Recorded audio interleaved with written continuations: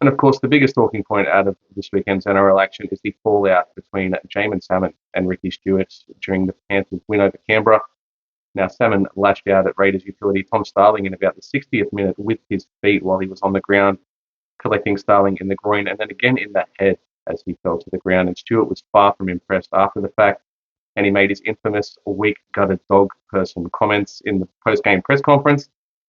Now, look, if he'd have just cited the incident itself and not the player and called it a dog act, as is the common phrase, perhaps that would have been acceptable. But he has been rightly chastised in the media for the strangely personal nature of the comments. To call someone's character into question like that in a post game setting just reeks of unprofessionalism, and Ricky should know better.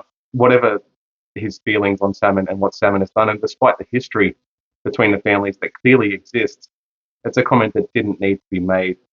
Call out the act, not the man. And of course, the Salmon family have responded in kind. They say their son has been wronged, and they're imploring the NRL to take some kind of action against Stuart, whether that's disciplinary or some other kind. Who knows? And there's still talk that Jamin may be considering his legal options against Stuart moving forward as well. Now, Jamin Salmon is no stranger to controversy. A quick Google will show you the infamous car crash that he had a few years ago during his time at Parramatta. And Ricky Stuart is no stranger to controversy as well. We all know and love the fact that he can come into these post-game press conferences and just rattle off some crazy sound bites, but this is definitely not one that's worked out in his favour.